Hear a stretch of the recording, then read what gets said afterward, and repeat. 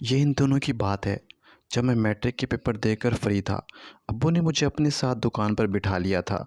कभी कभी मुझे अकेले बैठने का मौका मिल जाता था। मैं कभी किसी नंबर पर फ़ोन मिलाता तो कभी किसी नंबर पर कि शायद कोई लड़की फ़ोन उठा ले। एक दिन हुआ यूँ कि आंटी ने फ़ोन उठा लिया। सलाम दुआ के बावजूद मैंने बातचीत शुरू कर दी तो उन्होंने फ़ोन काट दिया। काफ़ी दिन फ़ोन करने के बाद आंटी ने खुद ही मुझसे बात करना शुरू कर दी। फिर उन्होंने अपने बारे में बताया कि वो सदर में रहती हैं।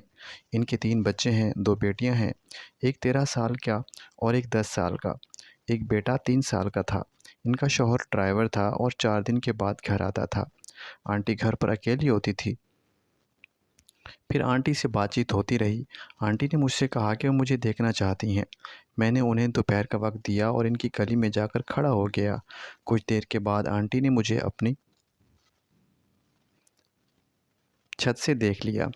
मैंने देख के हैरान रह गया कि आंटी एकदम गोरा रंग रखती थीं। उन्होंने लाल रंग के कपड़े पहने थे, जिसमें वो परी लग रही थी। मैंने अपनी ज़िंदगी में इतनी खूबसूरत आंटी नहीं देखी थी।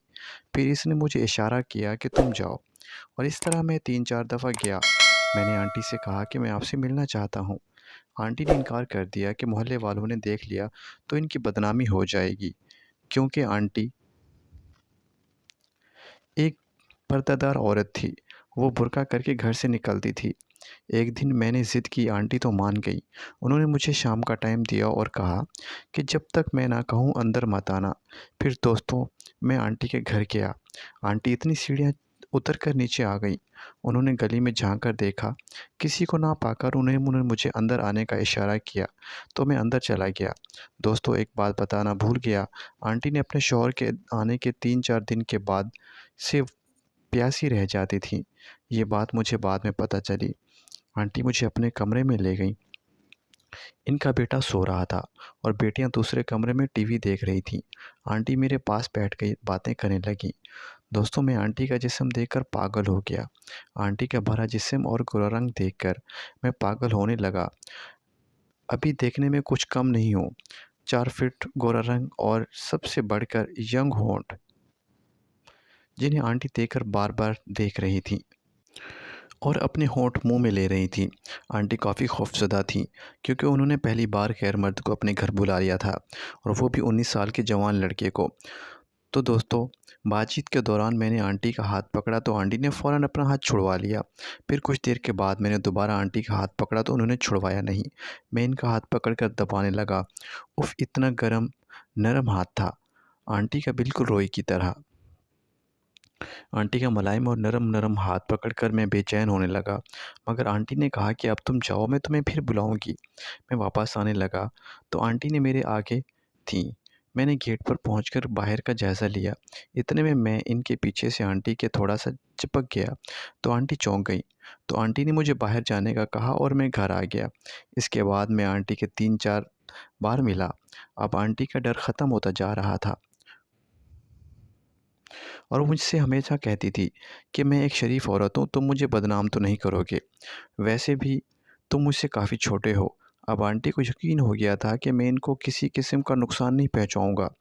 आंटी का घर हमारे घर के करीब ही था। इस दौरान रमज़ान शरीफ आ गया और सर्दियों का स्टार्ट शुरू हो गया था। सर्दियों में शाम को ही गली में वीरानी शुरू हो जाती है। आंटी की गली भी एक छोटी-सी गली थी और वहाँ पर कोई भी नहीं आता था। फिर एक दिन मुझे आंटी ने अपने घर बुलाया और बताया कि इनका शौहर कल शाम को आएगा। तुम रोज़ा के बाद मेरे घर आ जाना। मैं चला गया। आंटी की दोनों बच्चियां तरावी पढ़ने के साथ वाले घर में गई थीं और बेटा सो रहा था। मैं जब घर में दाखिल हुआ तो अंदाज़ा हुआ कि आंटी मुझसे आज ज़रूर मरवाएगी। हम बेडरूम में बैठकर बातें करने लगे। आंटी के ऊपर टांगें करके बैठ गईं और मैं आंटी के करीब बैठ गया। मैंने आंटी से कहा कि एक बात कहूँ, अगर बुरा ना मनाए तो। आंटी ने कहा, हाँ कहो। तो मैंने कहा कि आई लव यू। ये सुनकर आंटी खिलखिला उठी और कहने लगी कि तुम मुझसे बहुत छोटे हो और मैं शादीशुदा औरत हूँ। तो मैंने कहा, क्या हुआ? क्या शादीशुदा औरतों को प्यार नहीं होता? ये सुनकर आंटी खामोश हो गईं। मैंने मौका देखकर अपना एक बाजू आंटी की गर्दन के पीछे डाल दिया और इनको अपने करीब करके इनके होठों पर एक किस किया। क्या नरम रसदार किस थे! आंटी को एकदम शॉक लगा। वो मेरी तरफ हैरानी से देखने लगी और कहने लगी, क्या सचमुच तुम मुझसे प्यार करते हो? मैंने कहा, हाँ बे मेरी जान, आई लव यू। ये कहकर मैंने आंटी के होंठ अपने होंठों में लेकर चूसने शुरू कर दिए। उफ़, क्या रसीले होंठ थे! शहद से ज़्यादा मीठे थे आंटी के होंठ। मुझे तो जैसे नशा होने लगा। 15 मिनट तक मैं आंटी के होंठ चूसता रहा। ये मेरा पहला मौका था साथ करने का।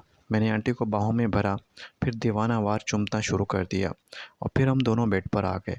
और मैंने अपनी ज़िंदगी में जितनी भी चीज़ें चखी थी, इनमें सबसे मज़ेदार और मुनफ़्रिद जायका था आंटी का। मैं तो 7वीं आसमान पर था और आंटी का भी मज़े से बुरा हाल था। फिर मैंने आंटी के मना करने के बावजूद इनकी पूरी कमीज़ उतार दी और अपनी शर्ट भी उतार दी। अब मैं सिर्फ़ पैंट में था और आंटी भी पागल हो रही थी।